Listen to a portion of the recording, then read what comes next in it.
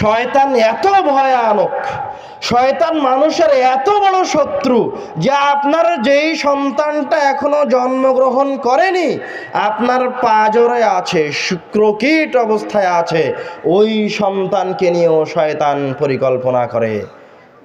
যদি আপনি আপনার সন্তানকে, ওই ছোট বাচ্চাকে শয়তানের ওয়াসওয়াসা থেকে বাঁচাতে চান, তো পক্ষান্তরে বিপরীতে রাসূল সাল্লাল্লাহু আলাইহি ওয়াসাল্লাম আপনার জন্য দোয়া শিখিয়ে দিচ্ছেন। দোয়াটা কি?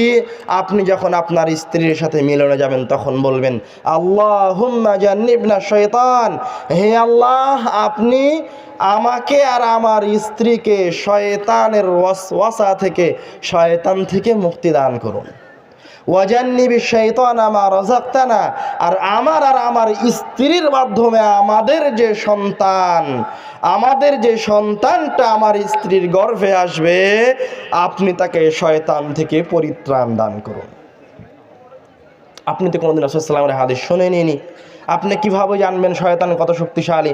আপনি তো আল্লাহ রাব্বুল আলামিনের আয়াতগুলি কোনোদিন পড়ে দেখেননি। আল্লাহ রাব্বুল আলামিন একবার নয়, দুইবার নয়, তিনবার নয়, 5 বার নয়, 10 বার নয়, 80 বারের অধিক কোরআনুল কারীমে শয়তান শব্দটা উচ্চারণ করেছেন। কথা শুনতে শুনতে, জেনা ব্যভিচারের কথা শুনতে শুনতে, জেনা ব্যভিচার এখন আপনার কাছে একটা সাধারণ জিনিস হয়ে গেছে। বলা হচ্ছে যে আল্লাহ রাব্বুল আলামিনের নাম নিয়ে অমুক ব্যভিচারিণীর দিকে তাকাও, নাউজুবিল্লাহ মিন যালিক। এই কথা বলতে আমার অন্তর কেঁপে যায়। যেই কথা বলার কারণে যদি আল্লাহ জমিনের নিচে ধসিয়ে দেয় তাহলে কি হবে? যেই ব্যভিচারের মহান রব্বুল আলামিন কোরআনুল কারীমে সাধারণত সব বিধান বিস্তারিত বলেন না, কিছু কিছু বিধান বিস্তারিত বলেন। সালাতের মতো গুরুত্বপূর্ণ বিধানকেও আল্লাহ রাব্বুল আলামিন কোরআনুল কারীমে বিস্তারিত বলেননি। বারবার বলছেন আকিমুস সালাহ, আকিমুস সালাহ। আল্লাহ রাব্বুল আলামিন বিস্তারিত সালাতের বিধান কোরআনুল কারীমে উল্লেখ করেননি। কিন্তু জেনা এত ভয়াবহ কাজ, এই ব্যভিচার সমাজে ছড়িয়ে যাওয়া এত ভয়ানক এই সমাজের জন্য, এই দেশের জন্য, এই পাড়ার জন্য, এই মহল্লার জন্য, যে আল্লাহ রাব্বুল আলামিন যে বিবাহ করেনি তার শেষ জেনা করলে কি শাস্তি হবে, যে বিবাহ করেছে সে জেনা করলে কি শাস্তি হবে, তা কোরআনুল কারীমের আয়াতে বলেছেন। শুধু তাই বলেননি, শাস্তি উল্লেখ করাই যথেষ্ট ছিল। আল্লাহ রাব্বুল আলামিন বলছেন, তোমরা জেনার নিকটবর্তীও হয়েও না, লা তাকরাবুজ জিনা, তোমরা জেনার নিকটবর্তী হয়েও না, জেনার নামই নিও না। তোমরা জেনার মাঝে পতিত হবে এরকম কোনো কাজের আশেপাশে আসিও না। আর শুধু তাই নয়, এই জেনা ব্যভিচার সমাজে ছড়িয়ে পড়লে, এই আমানতদারিতা রক্ষা না করা গেলে কিয়ামত নিকটে চলে আসবে, দ্রুত কিয়ামত আসবে। এই আমানত রক্ষা না করা গেলে এলাকার মানুষ, গ্রামের মানুষ, দেশের মানুষ নানান বিপদের সম্মুখীন হবে। আল্লাহ রাব্বুল আলামিনের গজব পতিত হবে। যেইভাবে লূতের কওমের উপর গজব এসেছিল, ওইভাবেই আপনাদেরকে আল্লাহ রাব্বুল আলামিন লূতের কওমের মতো ধ্বংস করবেন না, এই ওয়াদা আল্লাহ করেছেন। যদি এই ওয়াদা আল্লাহর না থাকতো তাহলে জেনা ব্যভিচার যেভাবে ছড়িয়ে যাচ্ছে ওইভাবেই এই উম্মতকেও ধ্বংস করে দিতেন। কিন্তু আল্লাহ রাব্বুল আলামিন আপনাকে খুব ভালোবাসেন, প্রচণ্ড ভালোবাসেন। আল্লাহ রাব্বুল আলামিন চান আপনি এই সমস্ত নেক্কারজনক কাজ থেকে ফিরে আসেন। শুধুমাত্র এই নেক্কারজনক কাজ, এতটা দৃষ্ট কাজ, জেনা ব্যভিচার এতটা দৃষ্ট কাজ যে রাসূল সাল্লাল্লাহু আলাইহি ওয়াসাল্লাম বিধান করে দিয়েছেন, কেউ যদি জেনা করে ধরা পড়ে তাহলে তাকে গোপনে শাস্তি নয়, অন্যান্য পাপের গোপনে শাস্তি হতে পারে, কিন্তু জেনার শাস্তি গোপনে নয়। জেনার শাস্তি হচ্ছে সমাজের মানুষের সামনে, দেশের মানুষের সামনে প্রকাশ্যে শাস্তি দিতে হবে। জেনাকারীকে সমাজের সামনে, দেশের মানুষের সামনে, পাড়ার মানুষের সামনে প্রকাশ্যে শাস্তি দিতে হবে, জানে কেউ কোনোদিন কোনো মানুষ, কোনো সন্তান, কোনো যুবক জেনা করার, জেনা শব্দটা চিন্তা করার সক্ষমতা হারিয়ে ফেলে। আর হুজুর এসে জেনাকারীকে দেখার আহ্বান করছে। আমরা বলছিলাম শয়তানের কথা, শয়তানের কথা বলতে বলতে এত দূর এসেছি। শয়তান এত ভয়ানক, এত নিকৃষ্ট এবং এতটা শক্তিশালী যে আল্লাহ রাব্বুল আলামিন তার কিতাব তেলাওয়াত শুরু করতে বলছেন শয়তান থেকে পরিত্রাণ চেয়ে। কেন? মনে করেন আপনার এখানে যদি কোনো কুকুর শ্রীগাল ঢুকে যায়, তো আপনি তাকে লাঠি দিয়ে মেরে বের করতে পারবেন না? পারবেন না? পারবেন। কোনো যদি এলাকায় যদি আপনারা ডাকাত হামলা করে, তো আপনারা অস্ত্র নিয়ে মাঠে নেমে যাবেন, ডাকাতকে বের করে দিবেন গ্রাম থেকে। কিন্তু শয়তান এত শক্তিশালী যে আপনি তাকে আপনার হাত দিয়ে প্রতিহত করতে পারবেন না। আপনি তাকে আপনার কোনো অস্ত্র দিয়ে প্রতিহত করতে পারবেন না। ওকে প্রতিহত করার জন্য আল্লাহ রাব্বুল আলামিন যেই বিধান দিয়েছেন, মুহাম্মদ সাল্লাল্লাহু আলাইহি ওয়াসাল্লাম যেই বিধান দিয়েছেন, সেই বিধানেই ফিরে আসতে হবে। আপনি শয়তানের ভয়াবহতা আরও স্পষ্ট করে বুঝেন। শয়তান এত ভয়ানক, শয়তান মানুষের এত বড় শত্রু যে আপনার যেই সন্তানটা এখনো জন্মগ্রহণ করেনি, আপনার পাঁজরে আছে, শুক্রকীট অবস্থায় আছে, ওই সন্তানকে নিয়েও শয়তান পরিকল্পনা করে। যদি আপনি আপনার সন্তানকে, ওই ছোট বাচ্চাকে শয়তানের ওয়াসওয়াসা থেকে বাঁচাতে চান, তো পক্ষান্তরে বিপরীতে রাসূল সাল্লাল্লাহু আলাইহি ওয়াসাল্লাম আপনার জন্য দোয়া শিখিয়ে দিচ্ছেন। দোয়াটা কি? আপনি যখন আপনার স্ত্রীর সাথে মিলনে যাবেন তখন বলবেন আল্লাহুম্মা জান্নিবনা শয়তান, হে আল্লাহ আপনি আমাকে আর আমার স্ত্রীকে শয়তানের ওয়াসওয়াসা থেকে, শয়তান থেকে মুক্তি দান করুন। ওয়াজান্নিবি শাইতানা মা রাযাকতানা, আর আমার স্ত্রীর মাধ্যমে আমাদের যে সন্তানটা আমার স্ত্রীর গর্ভে আসবে, আপনি তাকে শয়তান থেকে পরিত্রাণ দান করুন। আপনি তো কোনোদিন রাসূল সাল্লাল্লাহু আলাইহি ওয়াসাল্লামের হাদিস শোনেননি, আপনি কিভাবে জানবেন শয়তান কত শক্তিশালী? আপনি তো আল্লাহ রাব্বুল আলামিনের আয়াতগুলি কোনোদিন পড়ে দেখেননি। আল্লাহ রাব্বুল আলামিন একবার নয়, দুইবার নয়, তিনবার নয়, 5 বার নয়, 10 বার নয়, 80 বারের অধিক কোরআনুল কারীমে শয়তান শব্দটা উচ্চারণ করেছেন। আপনি তো শয়তানকে চিনেন না। শুধু তাই নয়, মহান রব্বুল আলামিন আল্লাহ সুবহানাহু তাআলা 7 আসমানের মালিক, স্বাভাবিকভাবেও শয়তানের কথা বললেই পারেন। যিনি এতবার শয়তানের কথা বলছেন, উনি শুধু বলেই ক্ষান্ত হননি, মহান রব্বুল আলামিন নিজেই কসম করে বলছেন তাল্লাহি লাকাদ আরসালনা ইলা উমামিন মিন ক্বাবলিক। তাল্লাহি, আল্লাহর কসম, আল্লাহর কসম করে বলছেন তাল্লাহি লাকাদ আরসালনা ইলা উমামিন মিন ক্বাবলিক ফাযায়্যানা লাহুমুশ শাইতানু আ'মালাহুম। আমি আপনার পূর্বেও অসংখ্য নবী রাসূলকে প্রেরণ করেছি। এই সমাজের মানুষের কাছে এর আগেও আনুমানিক এই বগুড়ার মাটিতে শাইখ আব্দুর রাজ্জাক বিন ইউসুফ 30 বছর থেকে দাওয়াত দিচ্ছে। 30 বছর থেকে মানুষকে বেদাত থেকে বাধা দেওয়ার চেষ্টা করছে, শিরক থেকে ফিরে আসার জন্য বলছে। কিন্তু তারপরেও বগুড়ার মানুষ এখনো পরিপূর্ণভাবে শিরকও ছাড়তে পারেনি, বেদাতও ছাড়তে পারেনি, এবং ছাড়তে পারবে না, একথা আল্লাহ বলেছে। কেন পারবে না? মানুষ তো কোরআনুল কারীমের আয়াত নিয়ে তাদাব্বুর করে না, কোরআনুল কারীমের আয়াত পড়ে দেখে না। কেন পারবে না? আল্লাহ রাব্বুল আলামিন বলছেন ফাযায়্যানা লাহুমুশ শাইতানু আ'মালাহুম। আমি শত শত রাসূল প্রেরণ করেছি আপনাদের কাছে, শত শত আলেম প্রেরণ করেছি, তারা আপনাকে শিরক থেকে বের হয়ে আসার দাওয়াত দিয়েছে, বেদাত থেকে বের হয়ে আসার দাওয়াত দিয়েছে, তাওহীদকে আঁকড়ে ধরার দাওয়াত দিয়েছে। কিন্তু যায়্যানা লাহুমুশ শাইতানু আ'মালাহুম, শয়তান, আমি তো আপনাকে নসিহত করছি, আমি তো বললাম আমি সর্বোচ্চ আপনাকে নসিহত করতে পারবো, কিন্তু শয়তান আপনার আমলগুলোকে, আপনার খারাপ কাজগুলোকে, আপনার বেদাতকে, আপনার শিরককে আপনার সামনে সুন্দর ফজিলতপূর্ণ আমল হিসেবে পেশ করে রেখেছে। বুঝতে পারেননি কথা? যায়্যানা লাহুমুশ শাইতান মানে আপনার যত খারাপ কাজ আছে, আপনি যে শিরক করেন, রাত দিন কোরআনুল কারীমকে দিয়ে শিরক করেন, রাসূলকে যে অপমান করেন, আল্লাহ রাব্বুল আলামিনকে যে অপমান করেন, এইটা শয়তান আপনার সামনে সাজিয়ে রেখেছে। আপনার কাছে মনে হচ্ছে না আমি শিরক করি না, আমি ভালো কাজ করছি। কিভাবে দেখেন, আপনি এখনো বুঝতে পারেননি, উদাহরণ দিলে বুঝতে পারবেন। আল্লাহ রাব্বুল আলামিন এই কিতাবের নাম রেখেছেন কি? আল কোরআন। এই কিতাবের নাম আল কোরআন রাখা হয়েছে কেন? এই আল কোরআন শব্দের অর্থ কি? আল কোরআন শব্দের অর্থ হচ্ছে তেলাওয়াত করার কিতাব, পাঠ করার কিতাব, অধ্যয়নের কিতাব। কেন এই কিতাবের নাম তেলাওয়াত করার কিতাব রাখা হলো, অধ্যয়নের কিতাব রাখা হলো? আপনার অন্তরে প্রশ্ন জাগে না? জাগে না? জাগে না? কেননা যত হাদিস আছে কোরআন সংশ্লিষ্ট এবং কোরআনুল কারীমের আয়াত প্রমাণ করে, কেউ যদি কোরআনুল কারীম থেকে সরিষা সমপরিমাণ উপকার পেতে চায় তো ওকে কোরআনুল কারীমের একটা আয়াত তেলাওয়াত করে উপকার নিতে হবে।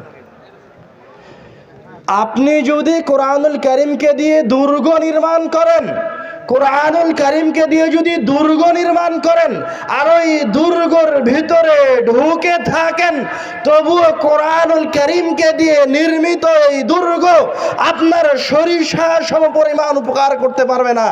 আরও স্পষ্ট করে বলি, আমার সামনে কোরআনুল কারীম আছে, আমি কোরআন মাজিদকে ধরে আছি, আমার বুকের সাথে চেপে ধরে আছি, কিন্তু এখন আমার এই চেপে ধরে থাকা এই কোরআনুল কারীম আমার সরিষা সমপরিমাণ উপকার করতে পারবে না।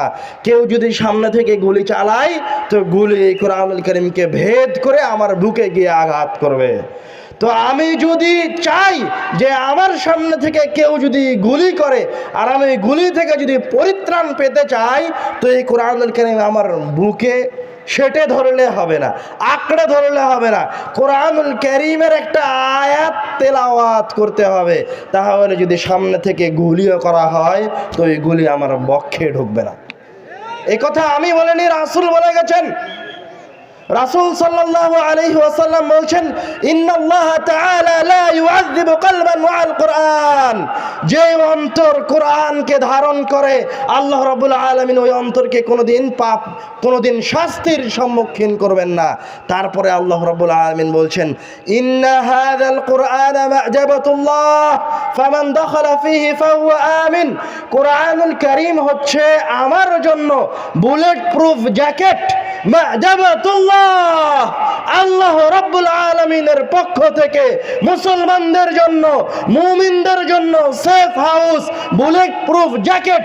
কেউ যদি কোরআনুল কারীমকে দিয়ে আল্লাহ রাব্বুল আলামিনের কাছে আশ্রয় চায়, নিরাপত্তা কামনা করে, তাহলে রাসূল সাল্লাল্লাহু আলাইহি ওয়াসাল্লাম বলছেন ফাহুয়া আমিন, তার নিরাপত্তার দায়িত্ব মহান রাব্বুল আলামিন নিয়ে নিলেন।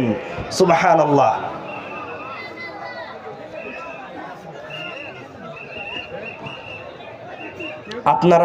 আমরা যে গুরুত্বপূর্ণ আলোচনা করছিলাম সেগুলো মাথায় রাখার চেষ্টা করবেন, হই হট্টগোলের মাঝে ভুলে যাবেন না। আব্বু আসতেছে হয়তো, এই জন্য আমরা কিছুক্ষণ থামি, পরিবেশ ঠান্ডা হোক।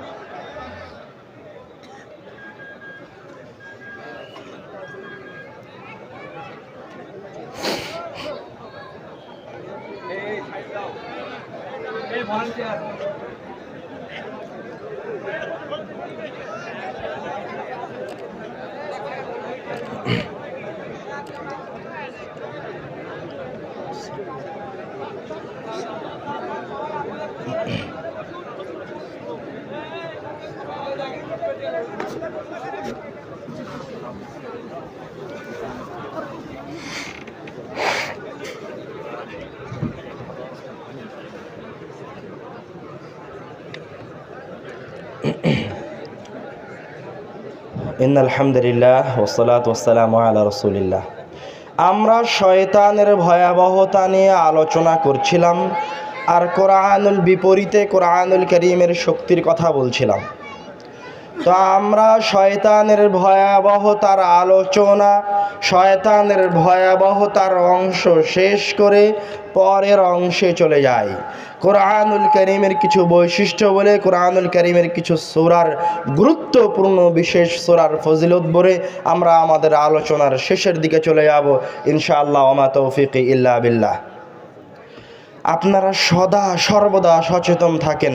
আপনি যে এই জায়গায় উপস্থিত হয়েছেন, এতক্ষণ কথা ধৈর্য সহকারে শুনতে পারছেন, এই জন্য যে আপনি জানেন আপনার মনোযোগ নষ্ট করার জন্য শয়তান আছে। শয়তান আপনার মনোযোগকে নষ্ট করার চেষ্টা করবে। আর আলোচনা সমূহের মাঝে কোনো আলোচনা শুনতে যদি আপনাকে শয়তান বাধা দেয়, সবচেয়ে বেশি বাধা দেয়, তো সেটা হবে কোরআনুল কারীমের আলোচনা। কেননা এই আলোচনায় মুসলমানদের হেদায়াত সবচেয়ে বেশি সহজ, এই আলোচনায় মুসলমানের জান্নাত সবচেয়ে বেশি সহজ। তো মুসলমান কোনোদিন চাইবে না, শয়তান কোনোদিন চাইবে না, শয়তান কোনোদিন চাইবে না আপনি সহজে হেদায়াত পান, সহজে জান্নাতে যান। এই জন্য অবশ্যই মনোযোগ সহকারে কথা শ্রবণ করেন। আল্লাহ রাব্বুল আলামিন কোরআনুল কারীমের কিছু বৈশিষ্ট্য কোরআনুল কারীমে বলেছেন। আল্লাহ রাব্বুল আলামিন বলছেন, ইয়া আইয়ুহান নাসু ক্বাদ জাআতকুম মাউইযাতুম মির রাব্বিকুম। এই আয়াতের সূচনার দিকে যদি লক্ষ্য করেন তো দেখবেন আল্লাহ রাব্বুল আলামিন যেই বাক্য দিয়ে বলেছেন, যেই শব্দটা গ্রহণ করেছেন, সেটা হচ্ছে ইয়া আইয়ুহান নাস। আল্লাহ রাব্বুল আলামিন এই কথা এই জায়গায় বলছে না ইয়া আইয়ুহাল্লাযীনা আমানু, যারা ঈমান আনয়ন করেছে, হে আমার বান্দারা, হে আমার মুসলমান বান্দারা শোনো। আল্লাহ এই কথা বলছে না হে আমার মুমিন বান্দারা শোনো। আল্লাহ এই কথা বলছে না হে আমার তাকওয়াবান বান্দারা শোনো। আল্লাহ এই কথা বলছে না হে আরববাসী শোনো। আল্লাহ এই কথা বলছে না হে ধরীরা শোনো। আল্লাহ রাব্বুল আলামিন বলছেন যে হে হিন্দু, হে খ্রিস্টান, হে নাস্তিক, বৌদ্ধ, পাপাচার, শোনো, তুমি শ্রবণ করো। প্রত্যেকটা মানুষ, তুমি মুচি হও, ভ্যান চালক হও, রাজা হও, প্রজা হও, তুমি শোনো, আমি আল্লাহ তোমাদের জন্য তোমাদের জন্য একটা কিতাবকে প্রেরণ করেছি, যেই কিতাবটা হচ্ছে তোমাদের জন্য উপদেশ বাণী, মাউইযা।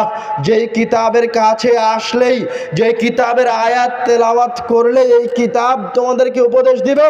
কোনো নাস্তিক যদি মনে করে আমার উপদেশের প্রয়োজন, কোনো হিন্দু, খ্রিস্টান, বৌদ্ধ, মুসলমান যদি মনে করে আমার উপদেশের প্রয়োজন আছে, তাহলে ওই ধর্মের ওই ব্যক্তিকে আল্লাহ রাব্বুল আলামিন বলছেন তুমি এই কোরআনুল কারীমের আয়াত তেলাওয়াত করো, কোরআনুল কারীমের কাছে আসো।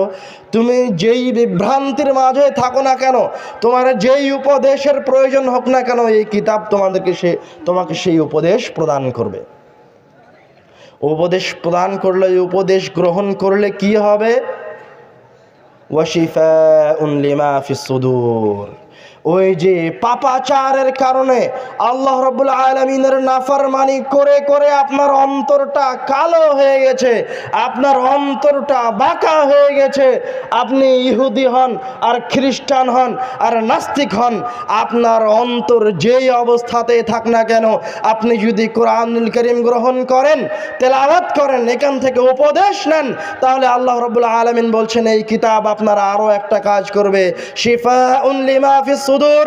আপনার অন্তরে যত বক্রতা আছে, যত পাপাচার আছে, যত ভ্রষ্টতা আছে, সব আল্লাহ রাব্বুল আলামিন ধুয়ে মুছে পরিষ্কার করে দিবেন।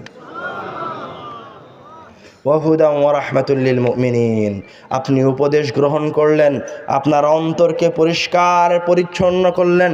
এবার আপনার আসল মাকসাদ জান্নাতে যাওয়া, আপনার জীবনের আসল মাকসাদ হেদায়েত পাওয়া। আল্লাহ রাব্বুল আলামিন বলছেন ওয়াহুদাম ওয়া রাহমাতুল লিল মুমিনিন। উপদেশ, অন্তরের পবিত্রতা, তারপরে এই কিতাব আপনাকে হেদায়েত দিবে। কোরআনুল কারীমের হেদায়াত কেমন?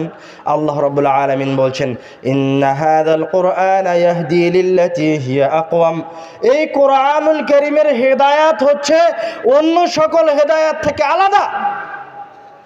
আমি আপনাকে একটা ভালো কাজের কথা বলবো, সেটা সবচেয়ে ভালো কথা নাও হতে পারে, আমার কথার মাঝে ত্রুটি থাকতে পারে, কিন্তু আল্লাহ রাব্বুল আলামিন বলছেন কোরআনুল কারীমের উপদেশ, কোরআনুল কারীমের হেদায়াত হচ্ছে লিল্লাতি হিয়া আকওয়াম, সবচেয়ে শক্তিশালী যে হেদায়াত, সবচেয়ে বিশুদ্ধ যেই পথ, সবচেয়ে বিশুদ্ধ যে রাস্তা, যেই রাস্তায় কোনো আঁকাবাঁকা নাই, যে রাস্তায় কোনো কষ্ট নাই, যেই রাস্তায় বিচ্যুত হয়ে যাওয়ার কোনো ভয় নাই, কোরআনুল কারীম হচ্ছে ওই রাস্তা। কোরআনুল কারীমের কাছে আসলেই ইন্না হাযাল কুরআন ইয়াহদি লিল্লাতি হিয়া আকওয়াম, কোরআনুল কারীম নিজে আপনাকে সবচেয়ে সঠিক রাস্তা দিয়ে, সবচেয়ে সরল রাস্তা দিয়ে, উত্তম রাস্তা দিয়ে জান্নাতে পৌঁছে দিবে। কোরআনুল কারীমের হেদায়াতের কমলতার দিকে যদি আসেন, যে কোরআনুল কারীমের হেদায়াত কি রুক্ষ না কমল, কোরআনুল কারীম কিভাবে মানুষের অন্তরে প্রভাব বিস্তার করে, সেই দিকে যদি আসেন, তাহলে আল্লাহ রাব্বুল আলামিন বলছেন ওয়ালাকিন জাআলনাহু নূরান নাহদি বিহি মান নাশা, আমি কিতাবটাকে একটা আলো, একটা প্রদীপ করে দিয়েছি। নাহদি বিহি মান নাশা, যাকে ইচ্ছা তাকে আমি কিতাব দিয়ে হেদায়াত প্রদান করি। আপনি আরও স্পষ্ট হন, আপনি আপনার সন্তানকে ভালো কাজ করাতে পারবেন, সে যদি আপনার কথা না শুনে তো আপনি তাকে লাঠি দিয়ে সালাতে নিয়ে যাবেন, কিন্তু আপনি তাকে ভালো কাজে নিয়ে যাচ্ছেন কিভাবে? বল প্রয়োগ করে, শক্তি দিয়ে। কিন্তু আল্লাহ রাব্বুল আলামিন বলছেন কোরআনুল কারীমের হেদায়াত যে আপনাকে দিবে, কোরআনুল কারীম যে আপনাকে হেদায়াতে নিয়ে আসবে, জান্নাতে নিয়ে যাবে, এই জায়গায় কোরআনুল কারীম আপনার অন্তরের ওপর কোনো বল দিবে না, কোনো বল প্রয়োগ করবে না, কোনো শক্তি খাটাবে না। আল্লাহ রাব্বুল আলামিন একে একটা নূর, একটা প্রদীপের মতো করে দিয়েছেন। আপনি কিতাবের আয়াত তেলাওয়াত করলেই আপনার অজান্তে আপনি হেদায়াত পেয়ে যাবেন। আরো স্পষ্ট করে বলি, যে ওমর রাদিয়াল্লাহু তাআলা আনহু মুহাম্মদ সাল্লাল্লাহু আলাইহি ওয়াসাল্লামকে হত্যা করার চিন্তা ভাবনা করছেন, হত্যা করার ঘোষণা দিচ্ছেন, আমি মুহাম্মদকে হত্যা করব, ওই ব্যক্তি, ওই ওমরই যখন কোরআনুল কারীমের আয়াত শ্রবণ করছেন, তখন বলছেন আমাকে মুহাম্মদ সাল্লাল্লাহু আলাইহি ওয়াসাল্লামের কাছে নিয়ে যাবো, আমি ইসলাম গ্রহণ করব। কোরআনুল কারীমের হেদায়াতের ঘটনা স্বয়ং আল্লাহ রাব্বুল আলামিন কোরআনুল কারীমে বলেছেন। আমাদের অন্য আলোচনাগুলিতে এই ঘটনা বিস্তারিত বলা আছে, শুনে নেবেন। ওই ঘটনা বলে আমাদের আলোচনাকে লম্বা করতে যাচ্ছি না। এবার আমরা কোরআনুল কারীমের কিছু ফজিলতের দিকে যাই।